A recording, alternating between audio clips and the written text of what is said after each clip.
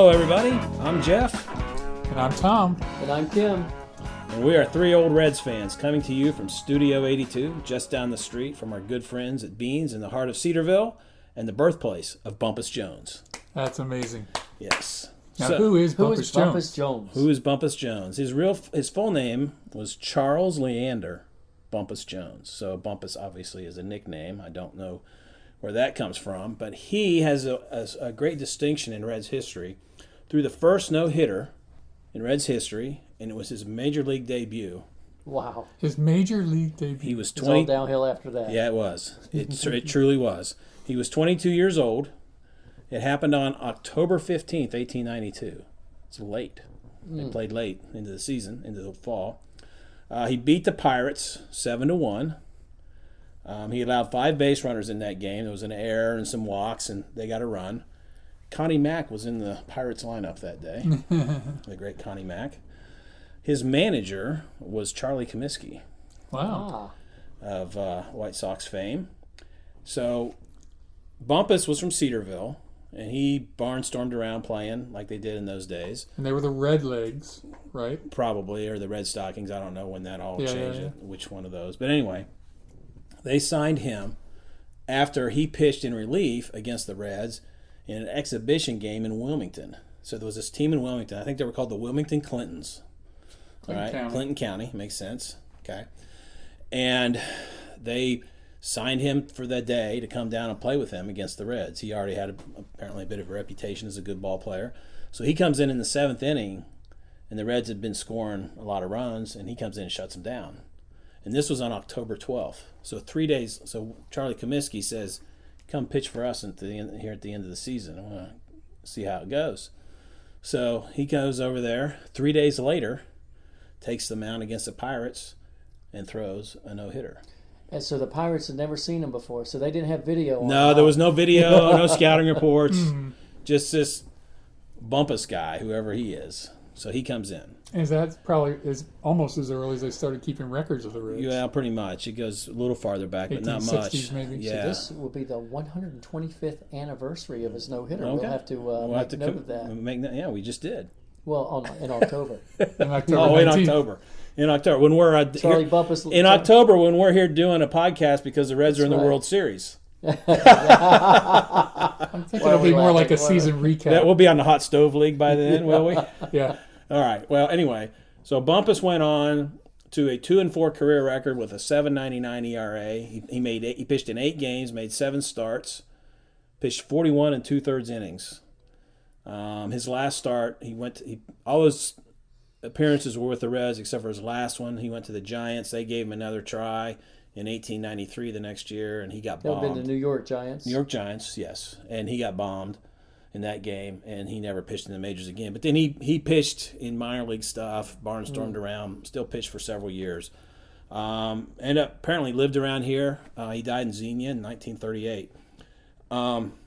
Now, why was he so good that day and then the next year not so good? Well, in 1892, the mound hadn't been moved back yet.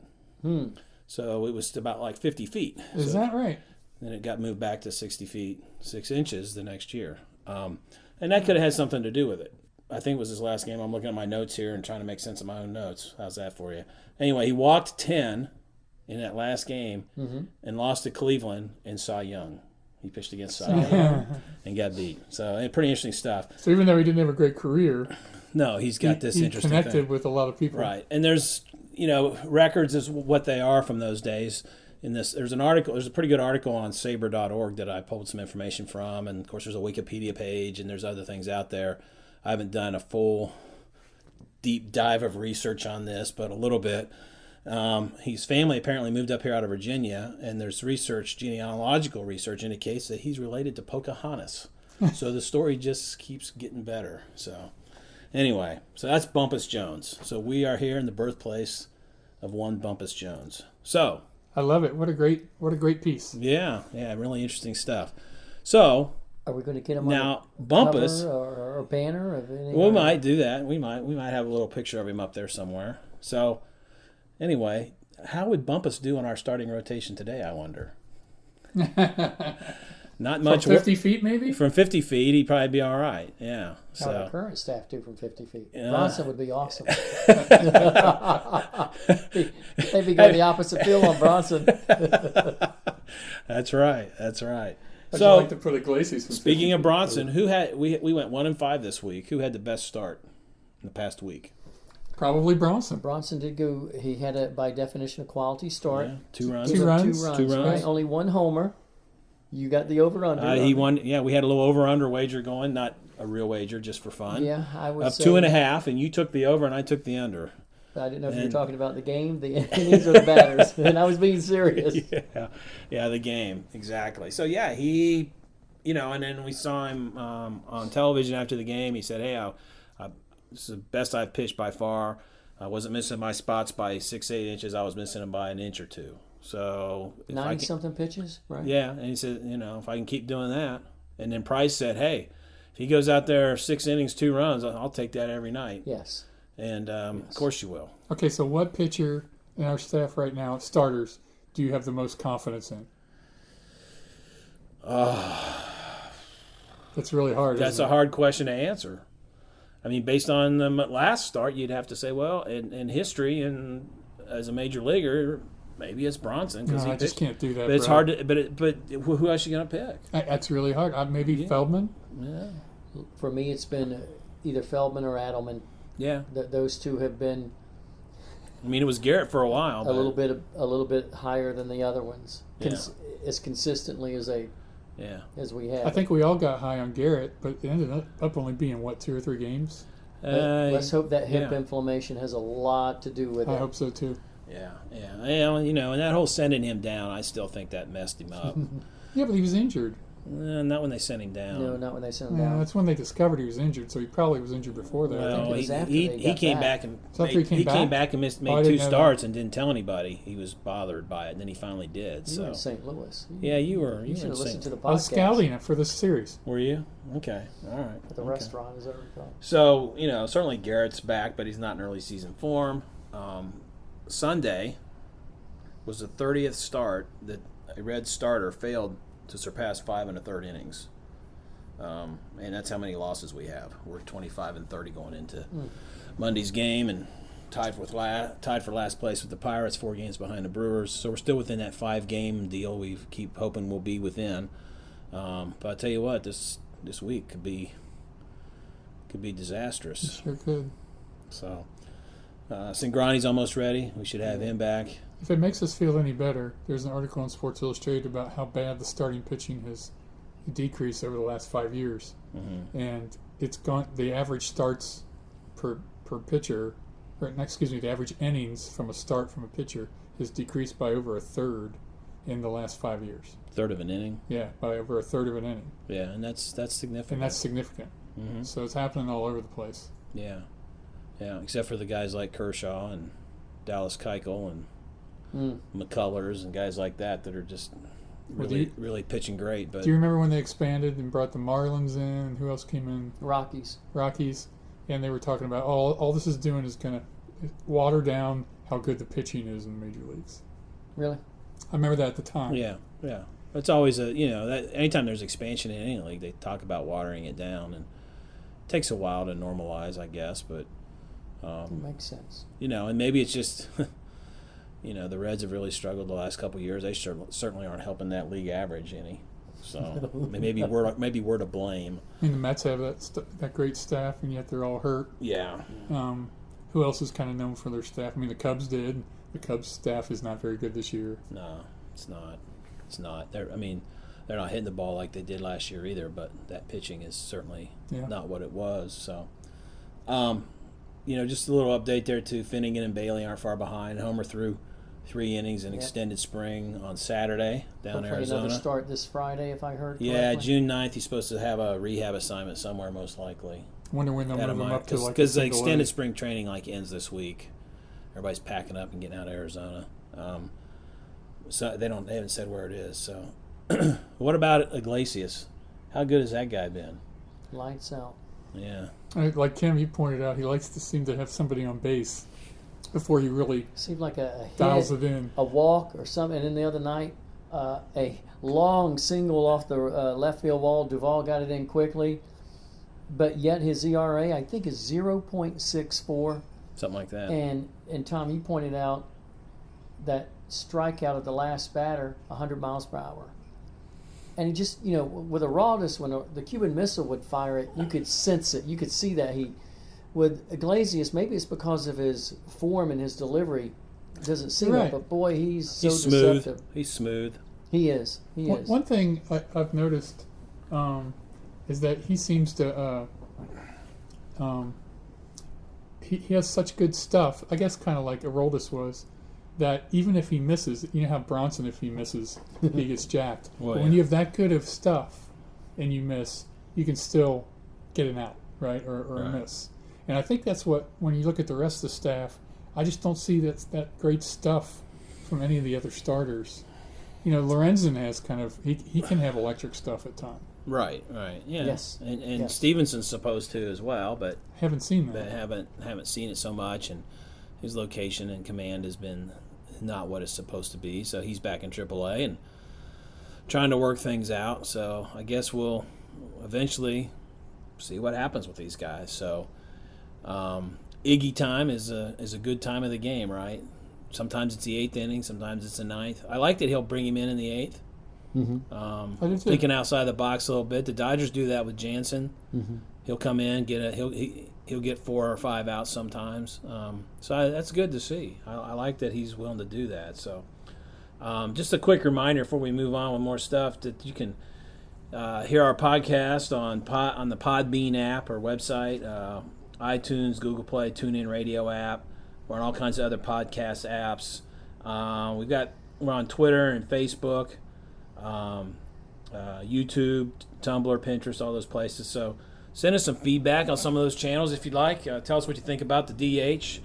This is what not it means about to, the DH. What it means to bat 270, Schebler mania, anything else. Just let us know what you think. Yeah, we'd appreciate that. So we're going to move on to our throwback player of the week. 2 weeks ago, Kim talked about Mike Lum from the mid-'70s, played on the 76 World Championship team. And then I talked about Gary Reedus from the early 80s last week. And so now Tom, it's his turn, and he won't tell us who it is. I think he's going to make us guess. And this won't be really hard to figure out, but one of the reasons he's a favorite of mine is because he's a hometown boy. He went to Withrow High School in Cincinnati. Okay. He never used batting gloves, no matter what the weather was. Always used bare hands. Switch hitter, which you always got to love a switch hitter. And this is what may give it away for you guys. He was the guy that took over for Joe Morgan at second base. You guys have a guess? Number 16. Ronnie Oester. Ronnie Oester. One of my favorite guys, just a quiet guy, performer. Played for 10 years with the Reds. Mm-hmm. He is a Reds Hall of Fame. Yeah, he should be. He was a solid player. Nothing you could complain about with that guy. He wasn't an all-star, but he was never an all-star. He won a ring, World Series championship ring in 1990, but he didn't play second base. Did you guys remember that? Who was playing second base in 1990? Duncan. Mariano Duncan came in and took his job. But he was one of the best pinch hitters in the league that year. Was he? Wow. His best year was, I believe, 1985, when he hit 295. Yeah, that was Pete's first year back. 1985, he hit 295. That was the beginning of the 5 years in a row of finishing second or whatever it was under Pete and Marge. They also, I read named the baseball field at Withrow High School, Ronnie Oester Field. Really. So it's kind of he was even though he's a switch hitter, he was definitely known for hitting more so left-handed than right-handed. Yeah. Very few home runs. Never hit more than 10, 11 home runs. You ever hear these announcers say, "Boy, he hit that on a rope"? I was actually at a game at Riverfront where I was sitting behind home plate. He hit a rope, and it hit that right field wall. One bounce to the right fielder, and it was not even close to a double. It was definitely a single. But he hit it on a line drive. He was kind of a tall for a second baseman, yes, too, he was. especially coming in after Joe Morgan. We played a lot of shortstop early on, too, not so much with the Reds, but in high school, I'm sure, in the minor leagues. Yeah. So that's great. My throwback guy. Great. Had the curly hair. Yeah. Yep. Mike Lum, Gary Reedus, Ron Oester. Some good names from the past. Yeah. I like it. So, we appreciate Ronnie Oester. Appreciate those guys. So what do we appreciate most about this season? Name one thing, Ken. What's one thing about this team you appreciate? I'm going to say the apparent manifestation of the influence of Joey Votto. And what do I mean by that? I don't know. Tell us. The choke up. The batter's choking up. Now, Brandon Phillips would never do that. Brandon would always have he'd have that bat going up and down. He's swinging for the hills. He's free swinging and falling on one knee. But you see Suarez doing that. You see Hamilton doing that. I don't think we've seen Duvall doing that. I think even Jeff's beloved Shebs has choked up a little bit. Oh, he might. And it just... He probably doesn't need to. I'd love to see that. That's kind of Tom and I have, when we've texted, we love watching Joey hit. As we've said before, he brings out the science in hitting. And I just love seeing the positive influence. We've seen Hamilton now last year, the last 6 weeks before he got injured, how well Hamilton was playing. And you see them in the dugout right next to one another. And you would see Billy talking, and Joey listening and saying something here and there. And so I know it's not so much a person like one of you may say, but I think the influence of a leader like Votto. Well, that's Joey. That's all. That's everything Joey. So that's good. What about you, Tom? What's something else? Well, just on top of that, just to add a little bit, I love to, if somebody's choking up, I love that it becomes kind of a team game, that they're just trying to put the ball in play in certain situations, rather than. I think sometimes it's hard for these guys to change what they're doing, right? Well, I heard LaRussa on TV today talking about Albert Pujols. Of course, he's in the news right now. He just hit his 600th home run, and he said Albert all his life has played that way, always looking at where the fielders are. What's the situation? Do I hit behind the guy? Is this the time to try to hit one out? All those different kinds of things. And he said Albert was always that kind of player. He's a great competitor. And that's the way. That's those Cardinals always won. Team guy, competitor, right? Yeah. So. Well, one thing I've really liked this year, and I think we would all say, hasn't it been more fun to watch this team this year than last year? Yeah. Yes. And they may end up with a similar record, but I think it's more fun mainly because this team hits the ball and scores runs. Yeah. And they've been hitting with runners in scoring position, probably is seemingly double what they've hit in the past 2 years. Yeah, right. So that 2 through 6 lineup has been really solid. Yeah, and really, really good. And so I think that's been fun to watch. Sure. And Cozart is a big part of that. And that's, I've always liked Cozart. Thought he was always a really solid, he's always been a really good defensive shortstop.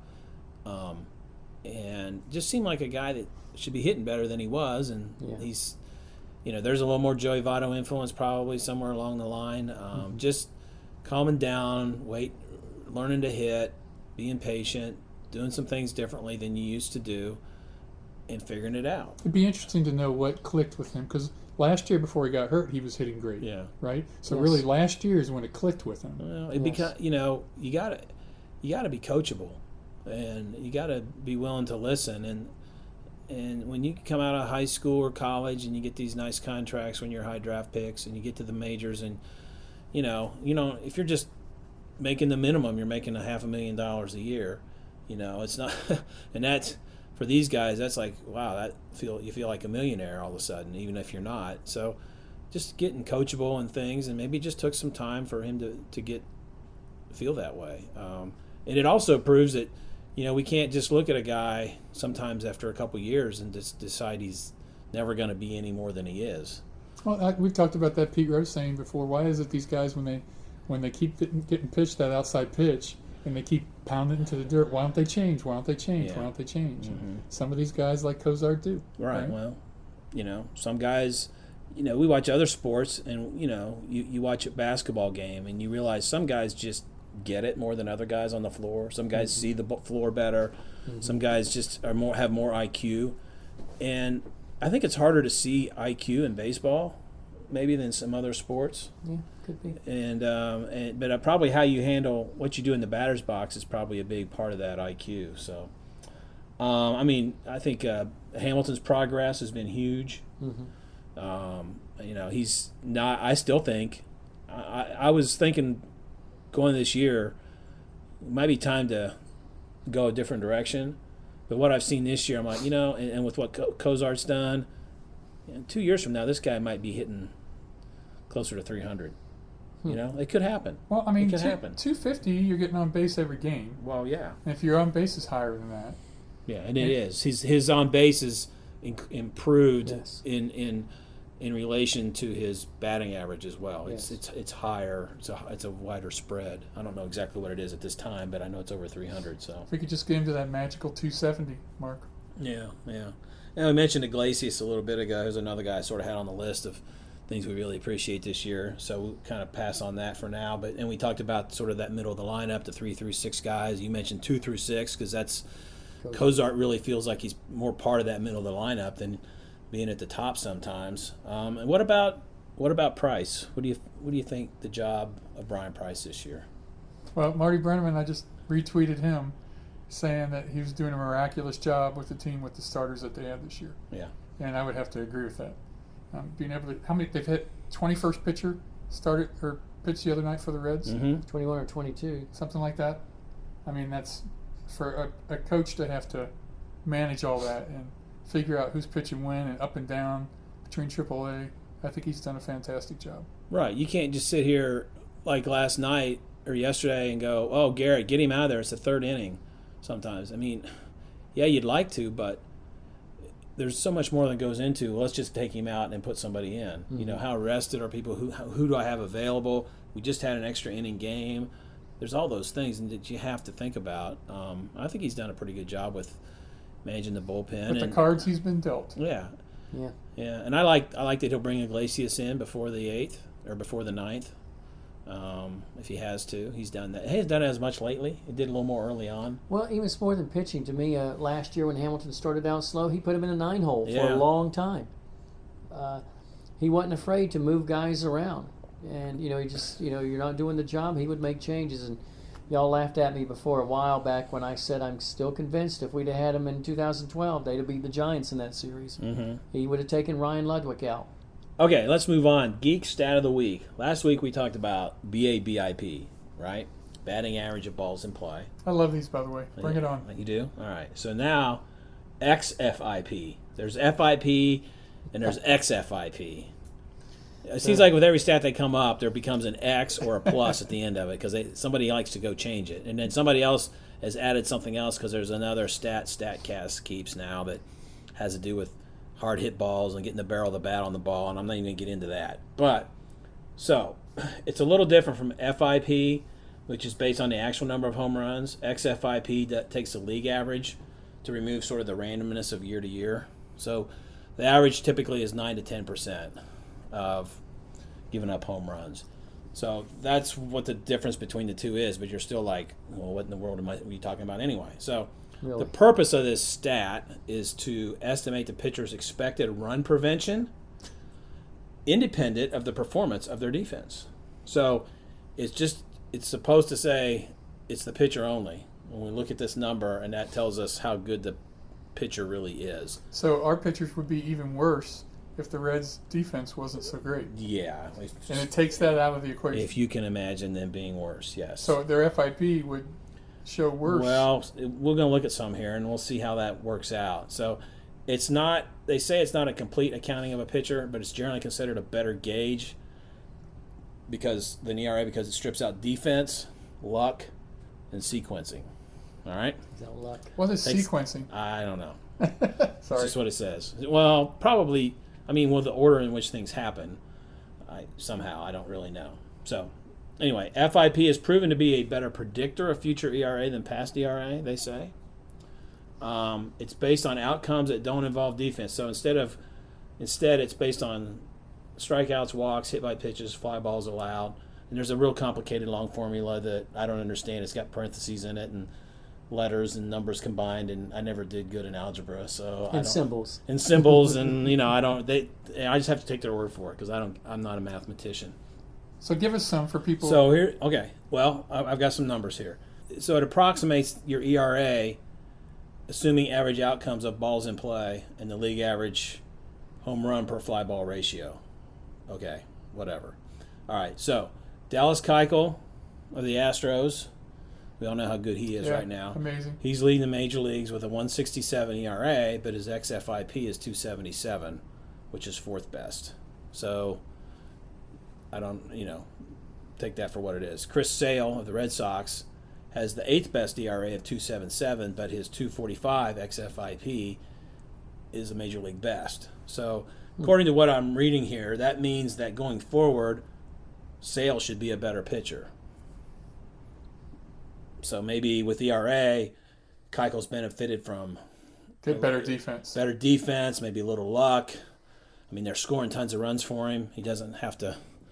He's not pitching in close games very much because they're averaging like 8 runs a game right now over the last 10 games. And that makes sense then. Sure. For the Red starters, I don't know if I want to hear this. You want to hear these numbers? If 2.45 is the best. Yeah, well, Feldman's ERA right now is 4.52, and his xFIP is 4.26. So he actually projects a little better going forward. Wow. Adelman's is 5.14 ERA. His xFIP is 4.74. So he projects a little better going forward. Garrett's ERA is 6. Well, actually, I don't know. That's higher than that. You know what? I did these stats yesterday, and I didn't update them with yesterday's game, so it's really higher. But going into yesterday, his ERA was 6. It's probably over 7 now. His xFIP was 4.82, but his FIP was 6.35.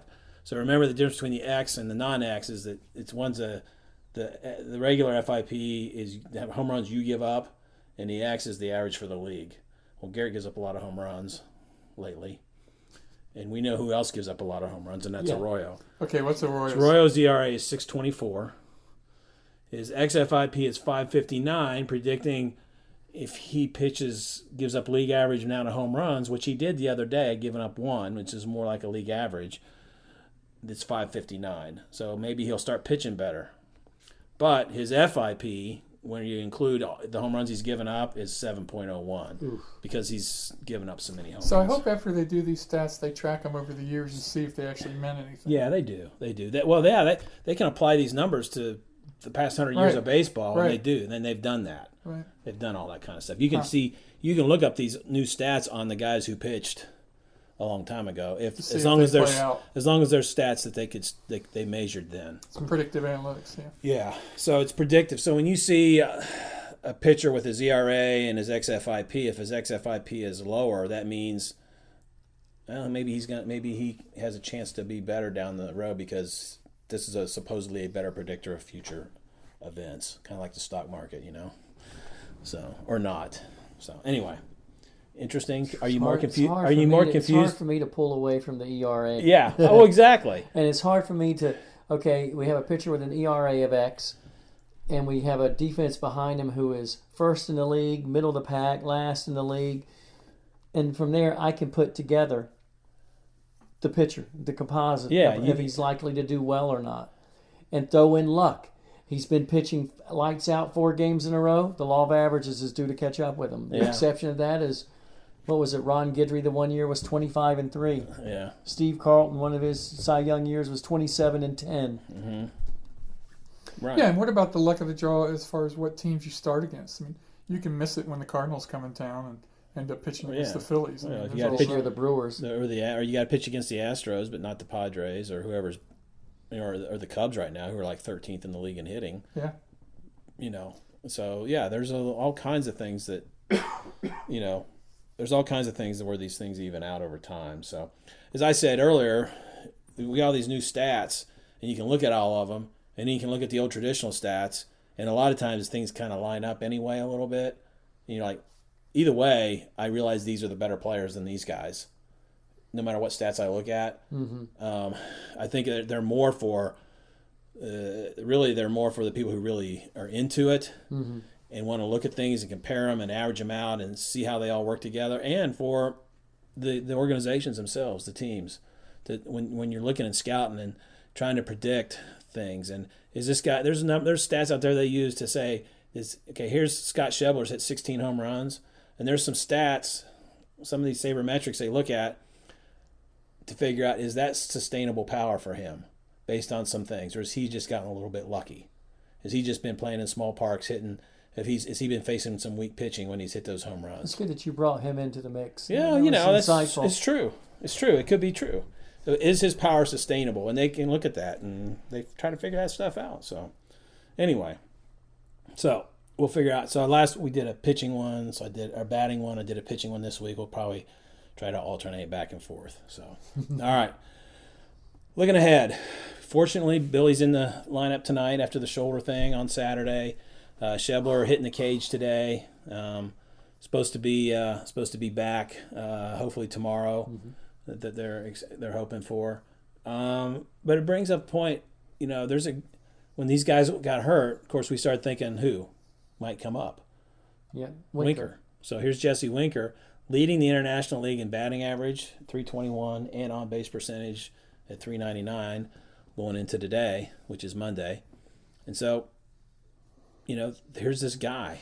And he can't there's no spot for him. The other guys have performed too well to take out of the lineup. He's doing it at AAA, which, Okay, I'd like to say how the most insignificant. I want this to be a sizerism. Okay. The most insignificant stats in baseball are what you did in AAA. Okay. All right. Well, I'll buy that. No, but Winker might be good trade. This could be the argument to bring the DH to the NL. Well, and you could have Winker as your DH. There we go. I got all kinds of arguments. I got lots of arguments. You do. Anyway, so Bumpus would have none of it. We get Hunter Green. You're going to have him not hit for himself? Well, you don't have to use the DH. All right, you're right. That's true. You don't. You don't have to use the DH. And with Mike Lorenzen, you may not. Well, enough guys got hurt. Enough guys were hurt. So Mike Leake was another guy who hits well. Very good hitter. Yeah, he does. There's always been a few good hitters around. Don Gullett. Yeah, he was a great athlete. Lorenz is a great athlete. I mean, Gullett was like a great high school football player. I still just will be a traditionalist and say you need to play all facets of the game if you're going to play. All right. Well, you can be old and set in your ways. We'll let you do that. So trade deadline will be here before we know it. Shortstops aren't usually in high demand. No. Okay, unless there's an injury. Is there anybody in contention now that needs a shortstop? No. Not as if you're in contention, you got a good shortstop. Yeah. Usually. So somebody's got to get hurt. So, I mean, the Braves lost their second baseman. That's why Brandon Phillips got traded. Or we'd still have Brandon Phillips probably. Can Kozar play second? Well, I'm sure he could. So, I mean, maybe if a shortstop or second baseman need I'm sure he occurs. Could. So, I mean, thing is, we could lose this guy for nothing. Okay? Because he's got to want to be a free agent. And this is last year of his contract. Yeah, say that. So it is. So he's got to want to be a free agent. He's going to want to test it. After this, this, $5 million after now, this year, double that easy. Right? He's at 5.3. He can double that or more. So the qualifying offer this year. Do you guys know what the qualifying offer? Do you guys know what that is? No.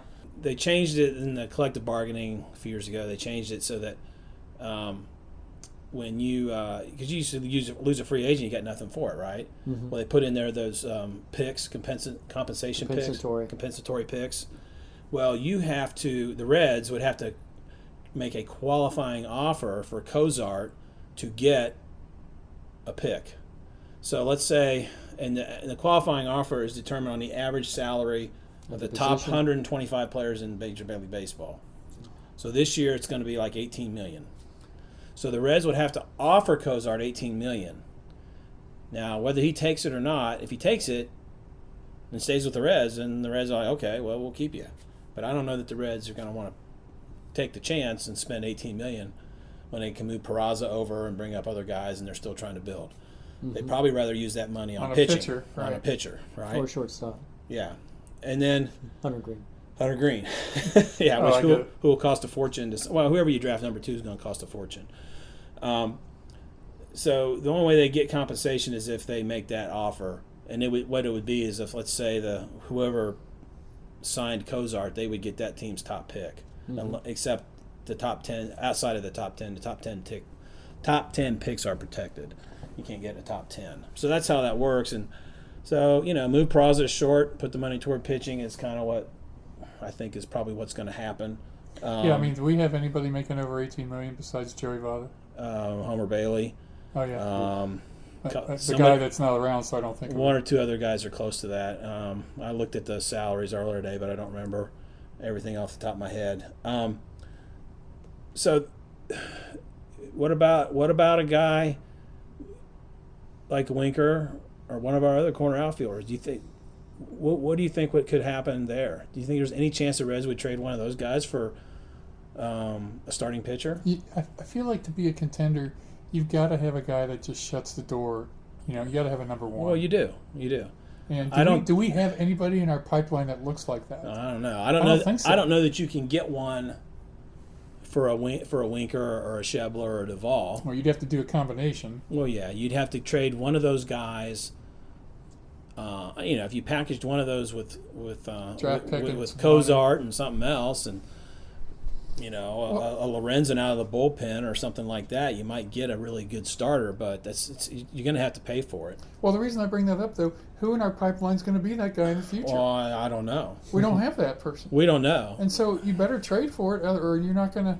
You don't really know until they get there. Haven't we been doing that the past couple of years? And when you picked up John Lamb, gone. You picked up Cody Reed, picked up Finnegan, Who knows? You've been picking up these pitchers in hopes that they would be the starters that would blossom, and we haven't seen that. They just don't seem to have the stuff of a number one. Well, look at the Reds' history of the Reds.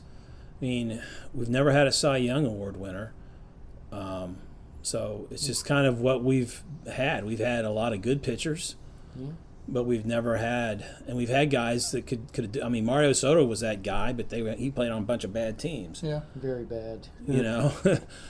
So Rio a little bit at times. Danny Rio Jackson had a great year. Jack Browning had a couple good years. Billingham had a couple good years. Gullit helped us get If he'd through. have stayed with Cincinnati, he could have been it.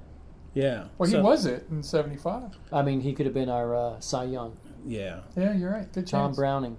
Yeah. Danny Jackson would have had it if it wasn't for Hershiser's. Yeah, they had the same record, and then Hershiser's ERA was a little bit better, and Hershiser had the big scoreless innings. Broke Drysdale's record and won the Cy Young. So this week, is this going to be better than 1-5? Boy, I sure hope so. But look, judging by the competition we're playing, not so sure. 2-5 maybe this week, because we play 7 games. Yeah, 4 with St. Louis, and then head for the coast to go play the Dodgers over the weekend. We're going to win more than 2 games?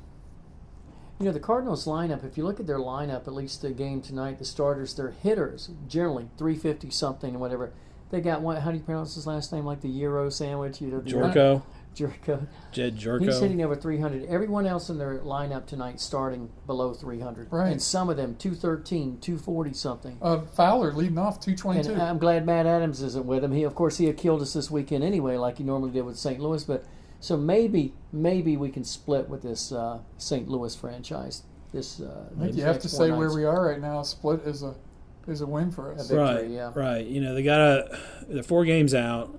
And if we're going to stay within that 5-game deal we talked about by the All-Star break, you got to keep splitting with people and hoping nobody else gets really good. So, we'll just have to see what happens with that. So, well, are any of us going to back down on our?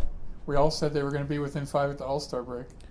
I don't know. There's no sense in backing down. I'm not going to back down on it. You mentioned last week, Tom, that it seems like we're going good and we have that 1-9 stretch. Well, tell you what, if they get swept in this series, it'll be that 1-9 stretch, and I think you kiss it goodbye. You're right. We're being kind of negative here, Jeff. We are just so we're being negative. realistic. Being realistic. I think we're being realistic. But okay. What was our trivia question last week? Who caught Tom Seaver's no-hitter? In 1978. Yeah, if I didn't hear you say it, I would have guessed a bunch of other people. Is that what we said, 1978? Yeah. The year that also saw Pete Rose hit 3 homers in a game. In 44 Pete straight Rose, games. 44-game hitting streak. Some good things happened that I year. would have guessed like Van Gorder or... Well, everyone goes to... Their first reaction is Johnny Bench, and they said, well, if you're asking that question, then we know it's not Johnny Bench. Yeah. So who could it be? Yeah. And you start thinking of catchers, and then you'll say a catcher from like 1990, and Joe Oliver. Joe Oliver, no, it wasn't him. Yeah. Bo Diaz, no, it wasn't him. He was later, So the And so answer. if you knew the Reds back then, you would say, okay, Bill Plummer. He was gone by then, right? Well, Bill Plummer would be I think another he was, good but answer, yeah. Plummer would have been a logical thought. Yeah. All right, Tim, give us the answer. a gentleman by the name of Don Werner caught the no-hitter. That's a name I hadn't thought of in a long time. Yeah. No. Well, And it didn't Dan Dreesen catch the ball at first and then go over and after for the no-hitter? I think Is it was. that right? I think it was an out at first. It was a put out at first end of the game. Yeah. And Dan Dreesen caught it, ran over and hugged Seaver. And Yeah. that's what I remember from the TV clip. I think so. So, do you have a question for this week? 1975 series. Let's, our listeners are very intelligent listeners. Remember the famous, did Ed Armbruster, the batter, interfere with Carlton Fisk? Which game was that? 5 or 6? I think it wasn't 6. I think it was either game 4 or game 5. I'm going to say game 5. Yeah, I don't think it was game 4 because I was at game 4 and I remember seeing it on TV. Who was the umpire of that game? Now, we 3 have texted about it, and Jeff got it right. Tom, I don't know if you remember. But who was the umpire who came, especially from Boston's fan base, under a lot of criticism for not calling batter interference on Ed Armbruster? And then what was the result of the play? He bunt. Yeah, he bunted. But and then Fisk went out to get the ball. I think threw it to second. Did he throw it to second and threw it in the outfield? Okay, Yeah. and the run scored. Yeah. and- Of a run scored, obviously the Probably runner something would like that, advance, yeah. and then Armbruster was safe on base. Yeah. All right, and he didn't call batter interference. No, he did not. He sort of like started to go, and then he stepped back, and then he went again, and it was like, oh, looked like they were dancing, and Yep. it little just two-step didn't there. go very well. So Who's the name of that? I know that's a little more difficult, but to our fan base who are more like us, old Red fans, you may remember that one. I guess his name to be Blue. So that's what I called all. Is this what you call umpires? Blue? Yeah. Okay, well, anything else you want to get off your chest about these guys? I'm going to be on the road for the next 10 days. Actually, I'm going to be a night or two in Billings, Montana. Oh, you going to go to a game? The Rookie League Reds. It's not on the agenda. We got a lot of hiking and kayaking and whitewater rafting we're going to be doing. You got to get a hat, though, or something. But if there is an opportunity to, you know what, we're a little bit tired tonight. Let's do something else. I may have to go down and see the Rookie League team and see if we can't find Tom's number 1 for the future. Would you find that? Find us our number 1. You guys, well, Jeff would definitely know better. The Daytona Tortugas always seem to have a guy who's pitched 6 innings and only given up 2 hits or something like that. So maybe there's a guy in Daytona. Maybe so. Okay, is And that the guy from Dayton yesterday was there. There was a matchup yesterday between Dayton and whoever they played. It was the top 2 pitchers in the low A league. Okay. Well, okay, is that more insignificant than AAA stats? Well, yeah. If you can't do it, just because you can do it there doesn't mean you can do it in AAA. It's not like New York where you can do it there, you can do it anywhere. So it's Tyler Molly's been really good in AA. Question about him, and he looked good in Dayton too.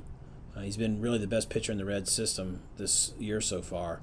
The things I've heard about him is how good and nasty is his stuff. It's not necessarily, doesn't feel like big league shutdown stuff. But we've seen guys that have been successful in the majors that didn't have nasty stuff. Because Maddox. Maddox a great location. If everybody had nasty, great stuff, then we wouldn't ever talk about it because it'd all be the same. So it's those guys that do, and not all of them. Not all of them. They also said Was that deep? That was that profound? If Bumpus would have had great stuff, right? If Bumpus would have had great stuff. If he had a different first name. He had 2 no-hitters. That's great insight from Charles Leander, Bumpus Jones. Probably had coffee at Beans one day. He probably did. at the bank. At the I'm time. I'm sure he's walked right down this same sidewalk and around that corner that we do. So He probably went to school in my house, which apparently was a schoolhouse at one time. Studio 82? Studio 82. Wow. Yeah. It's the detention room. All right. Well, let's call it a night. I think what we always close with is Go Reds. Go Reds. So Go Reds. from the home of Bumpus Jones, we invite you to join us next time. We'll be here, win or lose, pitching or no pitching. Go Reds.